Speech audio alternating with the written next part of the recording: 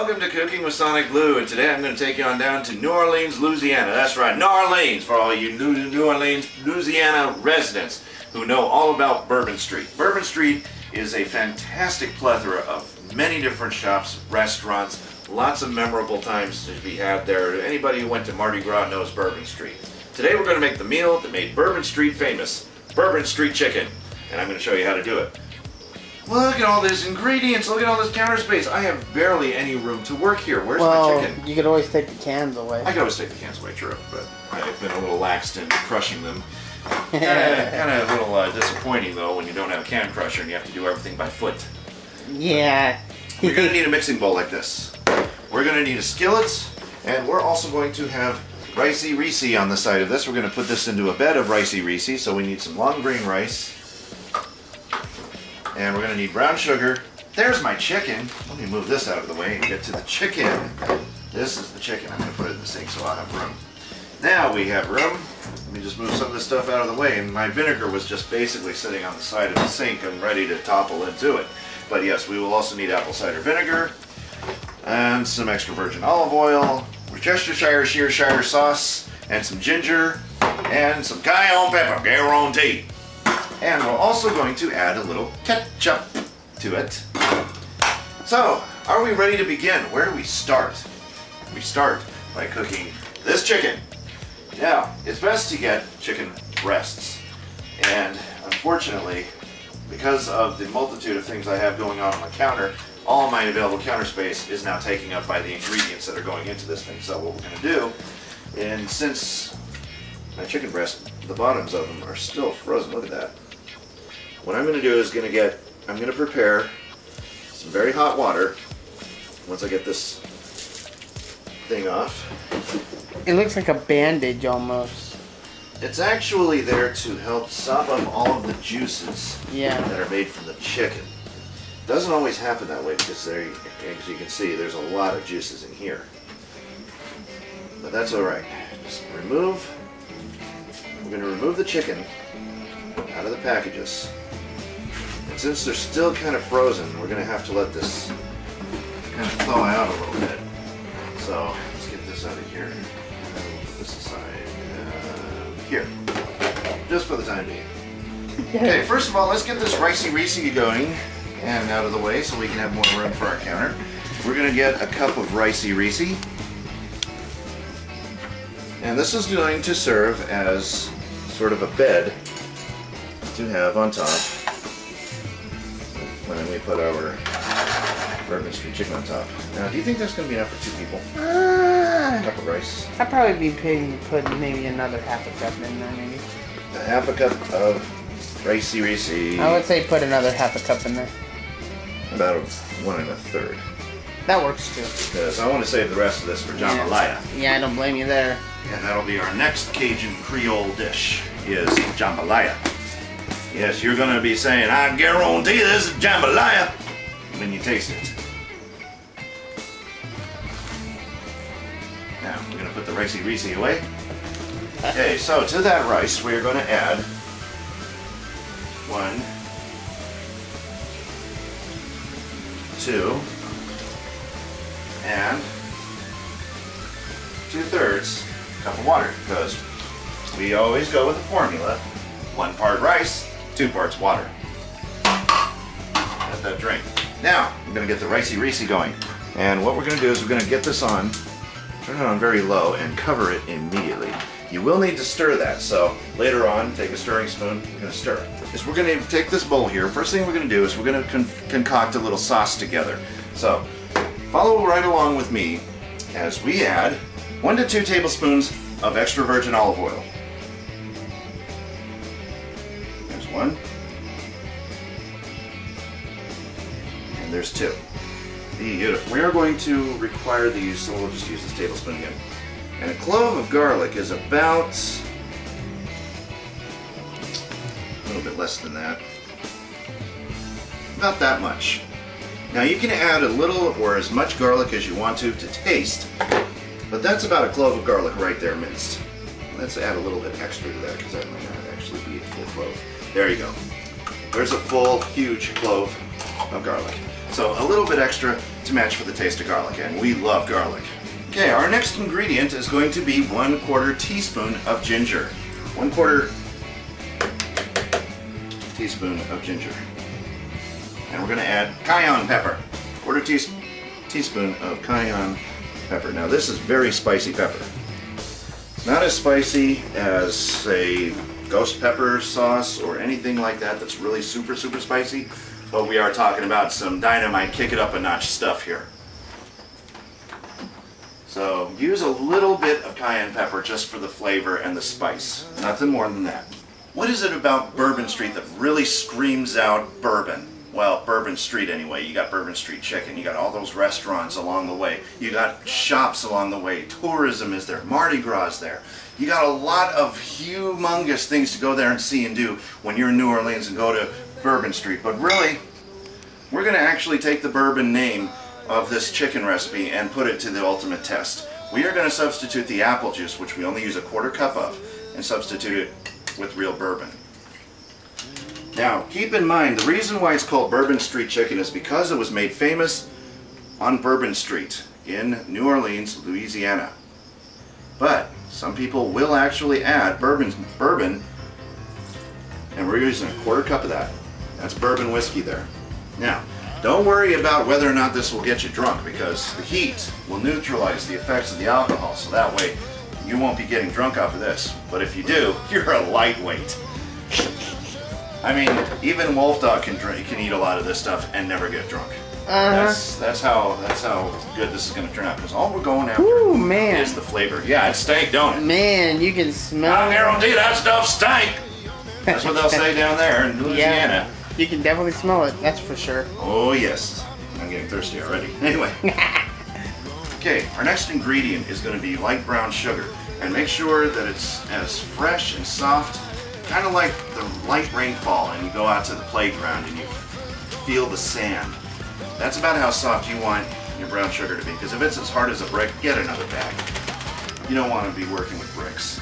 That's about 1/3 anyway, so drop that right in there. Okay, now we're going to grab our tablespoon again and go for some ketchup. 2 tablespoons, and 1 drop of ketchup. And 1 drop. 2 tablespoons plus 1 drop ketchup. Ketchup. Everybody in the household should have ketchup. Just drop it right in there like that. 1, then comes 2. Okay, now comes time for the apple cider vinegar, and this is going to give it a little acidic nature. And we only need 1 tablespoon of that, so let me reach for my tablespoon, which is covered in ketchup right now, but we'll get the rest of that out of there by helping it along with this apple cider vinegar. 1 tablespoon of apple cider vinegar, and all the rest of the ketchup will just go right into it. Just like that, see? Clean as a whistle. Isn't acid wonderful? Especially vinegar. Vinegar is very good for you too. As a matter of fact, there's a cookbook that deals in nothing but vinegar recipes. I'd like to get that cookbook because I can drink vinegar. We're also going to add 1/2 cup of water. 1/2 cup of water, just plain old H2O. Put that right here because all I had in it was water. And reach for your Worcestershire sauce because you only need 1/3 cup of this.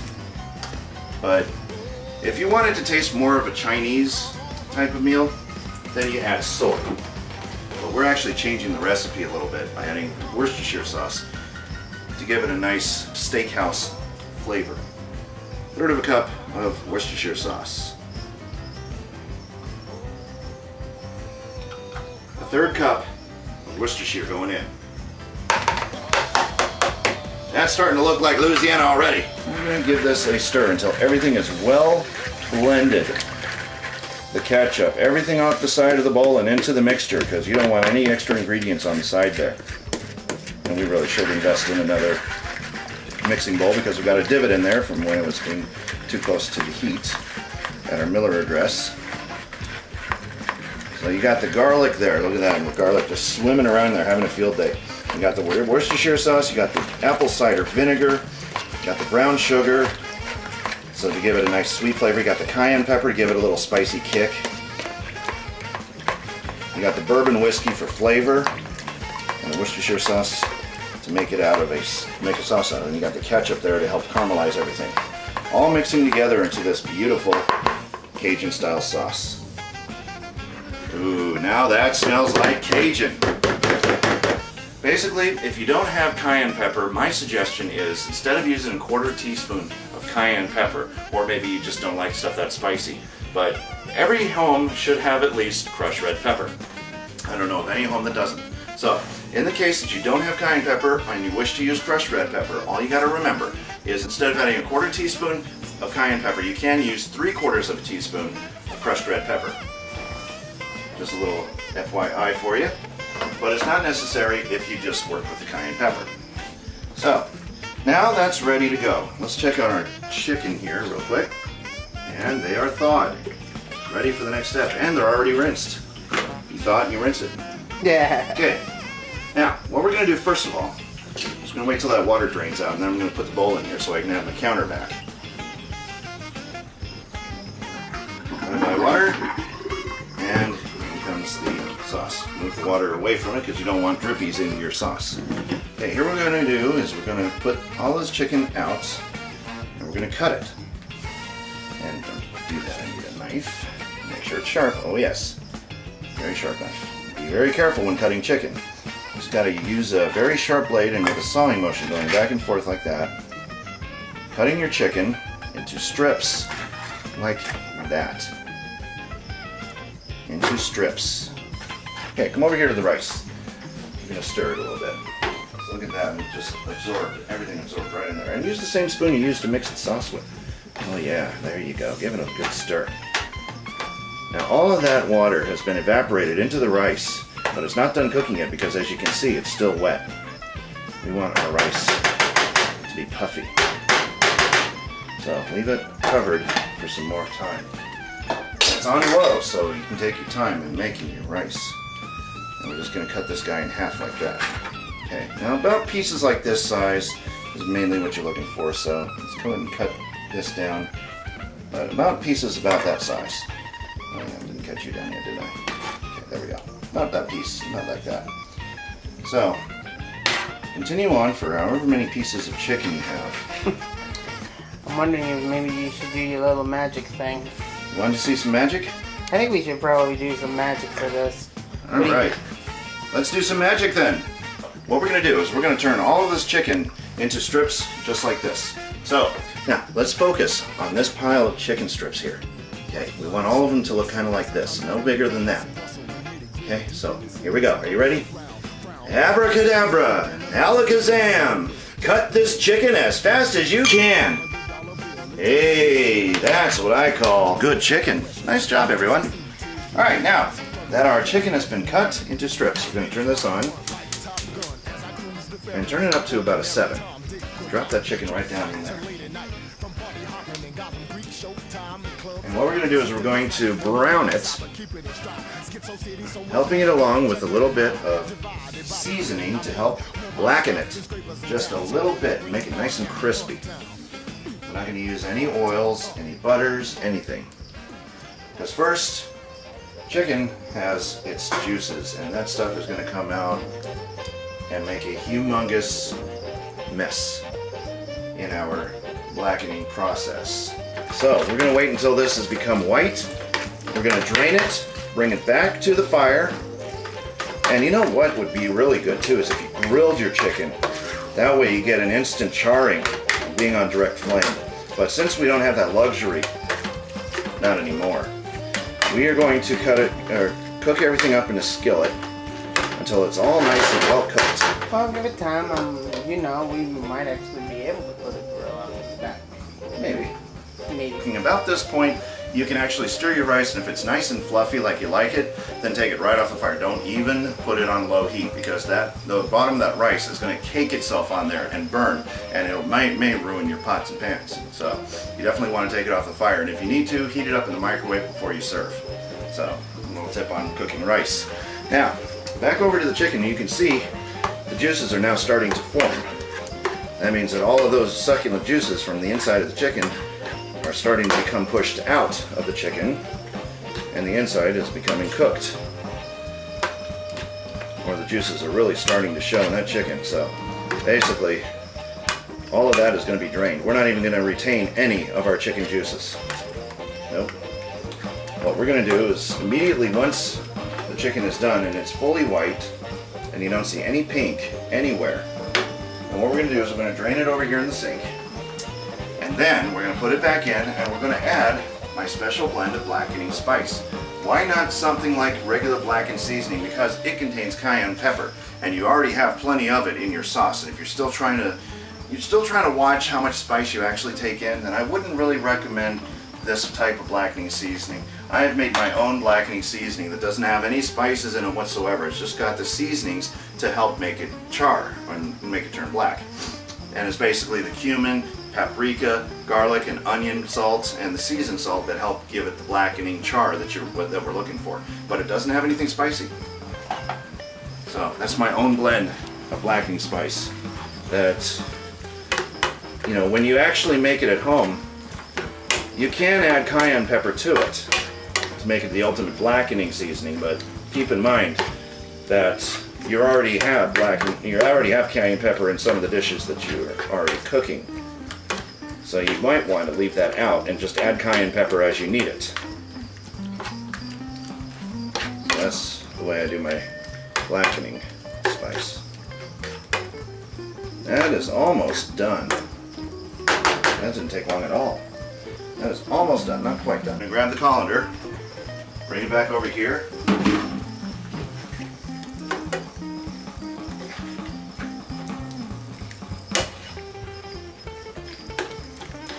Anyway, that chicken looks done. Look at that. Look at that. Okay, now, phase one of the chicken is done. Now, look at all those juices we're getting rid of. Just kind of shake it loose of any kind of water and moisture, because you don't want that going back into your skillet. So we're going to be using my famous patented blackened seasoning. Well, it's not patented, and it sure is now not famous. But we can pretend. We can pretend like it is a famous blend. Listen to that sizzle. Yes, you want it to sizzle, because that tells you how dry your food is.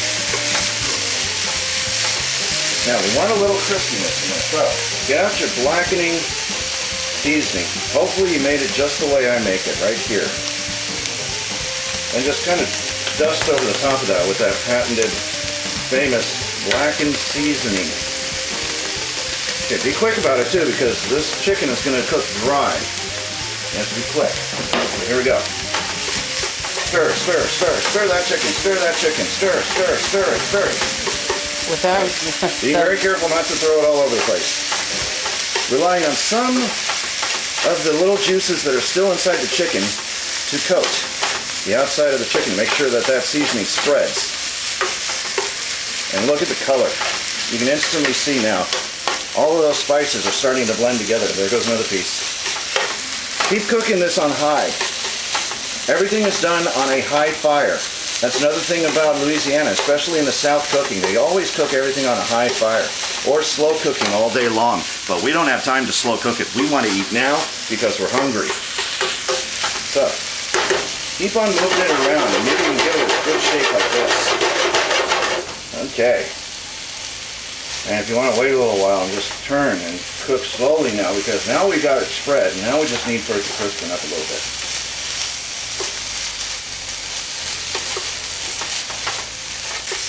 Now to help blacken this for color, you could always add a little bit of extra oil, a little extra virgin olive oil to help coat it.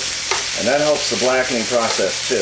Now keep in mind too, when I say blacken your chicken, I don't mean blacken it like you would a catfish, which is another good Creole recipe, catfish. But give it a chance to really cook and get nice and get a little crispiness going to it, because it's not going to really turn out blackened like you would think until some of your chicken actually has a little charring to it. You see that? Keep cooking that. That's what we want to see. It's more of that stuff. And then it'll be ready for the sauce. Oh, look, that one up there. Yeah, that one's good. Yeah. That one there too. So now we're starting to see more pieces that look just like that. Keep on mixing it around, mixing it around. Boy, it's starting to smell real good in here because the seasoning really brings out the flavor and the aroma as you cook it. Keep on moving it around. Don't stop, don't stop. Just keep on going, keep on going. And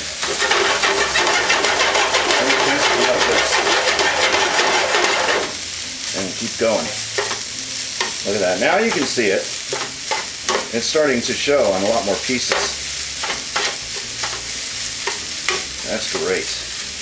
That's about what we want right there before we add our sauce. Let's put our blackening seasoning away. There we go. Will we need to remix that a little bit before you pour it in, or? Give it a little swish. Look at this. I can blacken chicken or cook chicken and swish my sauce both at the same time. Don't you wish you could do this at home? You can if you're coordinated, but you would have to work on both sides of your brain using concentration toward your chicken and making sure you don't slosh your sauce all over the place. It's kind of like patting your head and rubbing your tummy both at the same time and doing it successfully from the get-go. A lot of people can't do that. They have to take their time to actually make sure that they're doing it right. Now, look at that charring. You can see it on almost every single piece of chicken. That's what we want. All right, now, next step. We're going to drizzle sauce over your chicken. There it comes. All over. Get it all in there. Get it all in there. There you go. There you go. All in your chicken. Get it all. All in there. All in. All in, men. All right, there you go. Now, we're going to stir this around. Boy, you can really tell that the bourbon is in there, and it's going to make your chicken taste very, very enriched in flavor. Giving it a nice southern flavor, like them boys down in Louisiana like to taste. Guarantee it's going to hit your taste bud and like nobody business. All of a sudden I turned into the Raging Cajun.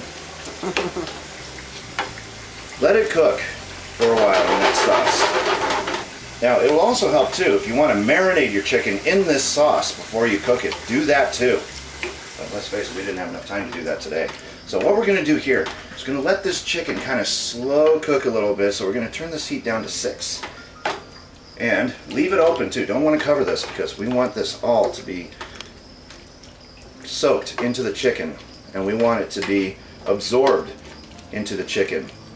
We want that sauce to thicken up because of the brown sugar, not only making it taste a little sweeter, but it also helps to caramelize as it cooks. And if you really want to, for an extra caramelization, add just a 1/4 teaspoon of regular granulated sugar. That will help caramelize it too, but really you only need the brown sugar. Now, whoa, I'm really looking forward to this recipe. I really, really am, folks. Because I love Bourbon Street Chicken any way it's made. I really do. I love Bourbon Street Chicken.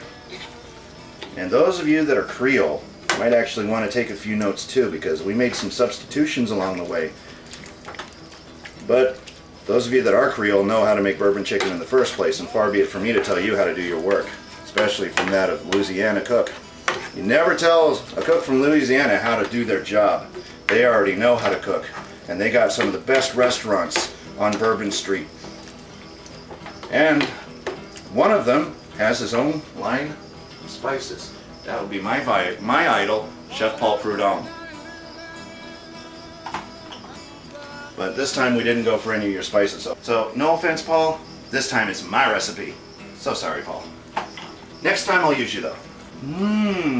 Starting to smell good. And we ain't even close to New Orleans. But I guarantee this one will make you think about the next trip you need to make to go see Mardi Gras. And when you do go to Mardi Gras, ask for the best bourbon chicken that you can find that your money can buy, and have it with a side of king cake. Those of you who know Mardi Gras know what king cake is. In fact, I would love to go to Mardi Gras just to have king cake, because you will find many upon many restaurants and establishments who have their own recipe for king cake. Just like Bourbon Street Chicken, In fact, to add to our Creole recipes, I'm going to have to show you how to make king cake. So we will take this whole bunch of recipes and go down south to Louisiana and find out what makes their food so darn delicious and succulent. We're starting tonight with Bourbon Street Chicken. Tomorrow maybe jambalaya. The next day we're going to make king cakes. The next day gumbo. The possibilities are endless, and we are going to Louisiana to enjoy some really great southern cooking. Oh yes, this is getting my mouth watering already for that Mardi Gras presentation meal that we're going to be having tonight. Of course, It's not Mardi Gras without king cakes, I'm sorry. But Bourbon Street Chicken is definitely one good step in the right direction. How much longer would you say that this needs to... Oh, we're going to be at this for a while until all of that sauce is fully coated into your chicken. Now we're going to need to let this sit for a little while eventually. Yeah. But do it with the cover off and keep a close and steady eye on it all times. Even turning it back up to 7 if you need to. Because now that we've gotten it absorbed into the chicken, now we just need the sauce to thicken up. And to do so, we need just to let it sit for a little bit. And then stir constantly. Stir it constantly, because that's going to help it too. Stir constantly, and that way all of that delicious flavor will remain in your chicken. None of it will ever be without this sauce. And this is looking to get to be, I mean, this looks like Bourbon Street Chicken, does it not? Mm-hmm. Guarantee. So what do you say we take a little breather, and then we'll come back in about 15 minutes, taking maybe about 3 to 5 minute intervals to come back here and check on your chicken, do a little stirring, and just keep on going and going for 15 minutes. So every 3 to 5 minutes, come back here, stir your chicken, see how far along you are, and then go back and sit down for a little bit, and then come back 3 to 5 minutes later, and just do that until we show you the next step. All right, take a look at our chicken now. It has been roughly about 11 to 15 minutes. I can't really tell you exactly on the nose how much time went by, but all your sauce is now cooked into the chicken, and we are now starting to get a little bit of crispiness in there. That's the level you want to be. Right here is when, after your juices have fully absorbed into the chicken, the sauce is no longer there. It's all in the chicken now. And look at that. That is what we call good Creole cooking. So turn the fire off. Kind of shake a little bit to even it up. Reach for your rice. It is now time to serve our Creole dish. Now, if you wish to, if you so desire, feel free to have some extra sauce lying on the side. You can drizzle over the top of it, but in case you don't, you can always make some more up, or what you could also do is just add a little bit extra Worcestershire sauce. Right. Worcestershire sauce, or Worcestershire sauce, however you want to pronounce it, it's the same thing. Add some of that on the top of it, and you will be looking at a meal fit for a king cake. A little bit more on this plate too, because this one didn't have much racy. And this is the Creole version of Bourbon Street Chicken. Now, if you're making Chinese food has their own version of this recipe. So basically, if you want to make it Chinese style, then just substitute the bourbon for a 1/4 cup of apple juice, and also substitute the Worcestershire sauce for soy sauce. Now we're ready for, now if you want the Creole version, you make it like this. I actually love a whole bunch of that on there too. I'm sure you do, and I'm pretty sure you can eat this entire skillet full, but we must think of other people first. Like me, the one who made the dish. The cook deserves a little bit too. Let's get him some more over here. Oh no, we dropped the chicken. That's a sin in the kitchen. Dropping food is a sin, especially when it's a finished product like Bourbon Street Chicken. A little more on this platter. We'll just kind of go back and forth between. We'll go back and forth, yeah, because we want a lot of chicken. And one more spoonful for this plate. There we go, look at that. That is what we call down home South cooking, I guarantee. And if you start talking like a raging Cajun, then Feel free to make the food that goes along with the reputation.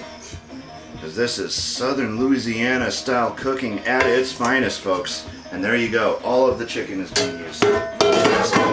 Now, speaking about extra Worcestershire sauce, I'm going to use a little extra myself. Actually, put a little bit of on mine too. Sure thing. I grab it. Here we go. Just a little drizzle over the top like this.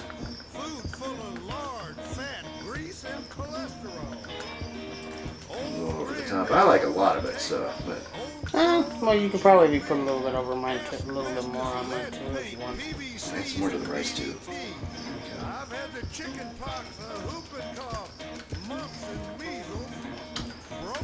I like to add a little extra flavor to the rice. Oops. Whoopsies. Got a little spilly.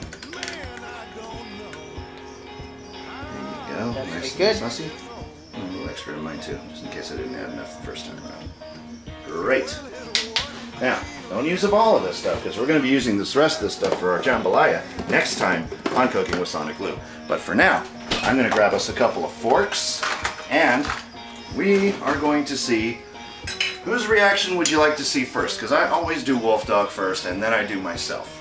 But what would you like to see? Whose reaction? Well, you can't really answer me right now, so I'll answer for you. Wolf Dog, come over here and take a sample of some really good down-home Creole cooking.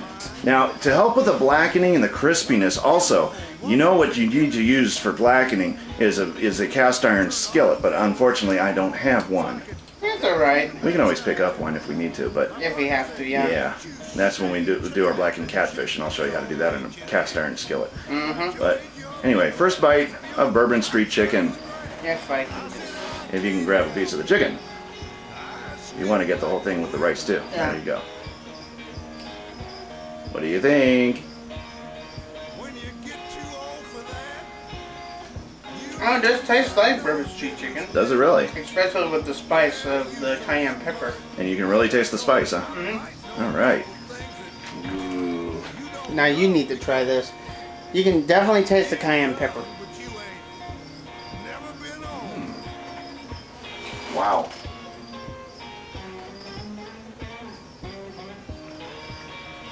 And a lot of the Worcestershire sauce. Yeah. But that's what we used to top it with. Yeah.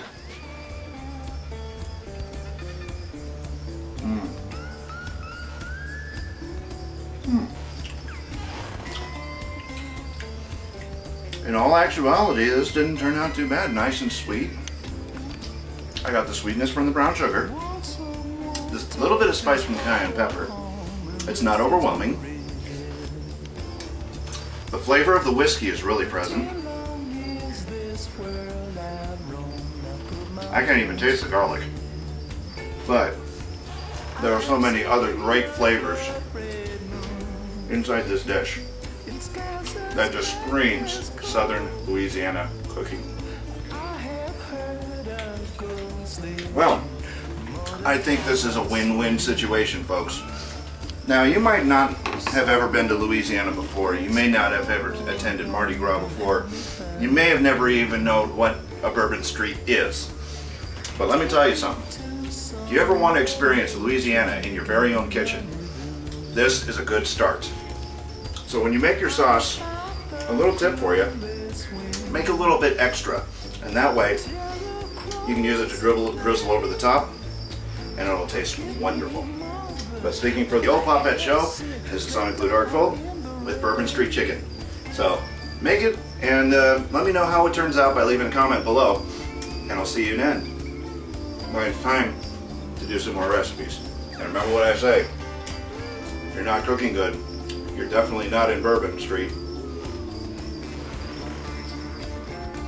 What we're going to do is go ahead and get this filled with hot water. This will help thaw the chicken better. Yes. You're filming stuff. Yes, we're filming. What do you think? I have a camera in my hand, Yip. That's gonna go into the bloopers after. We are so putting that in there. You're gonna be on TV. You just screwed yourself over, dude.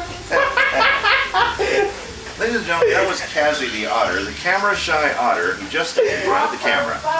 totally did not realize Totally it. didn't realize we were getting ready to film a session here. It just comes right in.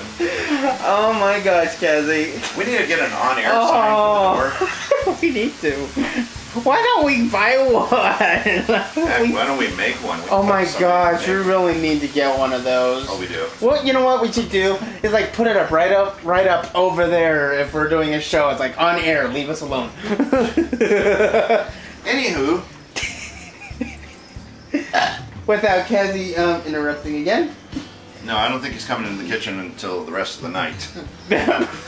See, I call it Ricey Reese. It is Ricey Reese. Don't ask me why he put that there. It He was lets it being, easy. he was being funny. I was being silly You know Sonic on how he likes to be silly, and random. especially when he puts poppycorny on Oh, another the other one. yeah, right next to the poppy corn. Okay, so our next recipe is going to be a 1/3 cup of light brown sugar. So make sure that your brown sugar is nice, fresh, soft to the touch, like sand on a very light rainfall in the playground.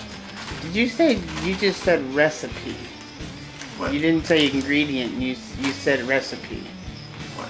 When you were I said saying what? our next recipe, you Oh, I instead didn't- of ingredient. Okay. I just thought I'd point that out. Isn't it funny that when you get down to the bottom of the ketchup, it always sounds kind of like what it isn't? That somebody's trying to get the rest of the ketchup out of the bottle, and it sounds like somebody's got some really, really bad problems with their bowel movements. And I'm not the one that said it. Well, I didn't want to say the technical term for it, but Yeah, you know what you I'm don't. trying to say. Yeah, you don't need to. There you go. Just give it a squirt. Kind of like getting milk from a cow, isn't it? Moo. Moo.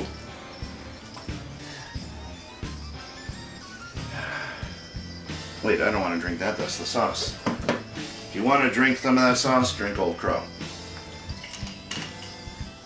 It's fortified with several, well, let's just face it, it's alcohol.